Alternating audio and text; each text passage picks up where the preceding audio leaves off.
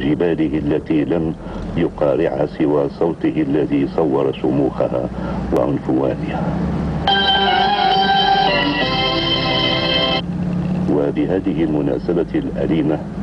نستضيف مباشرة الفنان المغربي الأستاذ نعمان الحلو الذي ارتبط ارتباطا فنيا عميقا بالراحل وديع الصافي. اولا انا انهي للامه العربيه وفاه عملاق الطرب العربي وديع الصافي، هذا من ناحيه، واللي اعتبره ويعتبرني ابنه واعتبره ابي الثاني. ثانيا انا ان شاء الله الرحمن الرحيم غدا عندي الطياره، انا مراسم الدفن حتكون يوم ان شاء الله يوم الاثنين على الساعه 3 بسان جورج دي بيروت، وساكون ممثلا للفنانين المغاربه، وطلب مني الدكتور امين الصبيحي وزير الثقافه ان امثله ايضا وامثل وزاره الثقافه في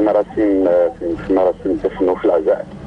ساكون حاضرا طبعا باسم كل الفنانين المغاربه، وساكون حاضرا لانه اعتبره ابي الثاني، وانا كنت على علم انه طريح فراش، وكنت اتكلم معه من 3-4 ايام، تكلم معي بصعوبه وانا عرفت انها النهايه، وهو كان قيد حياته يكن حبا خاصا للمغرب ولشعبه، وكرم كذا مره من المغرب، وحصل لي الشرف انه اخر لحن غناه كان من احاني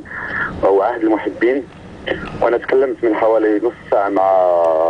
ابنه انطوان وابنه جورج،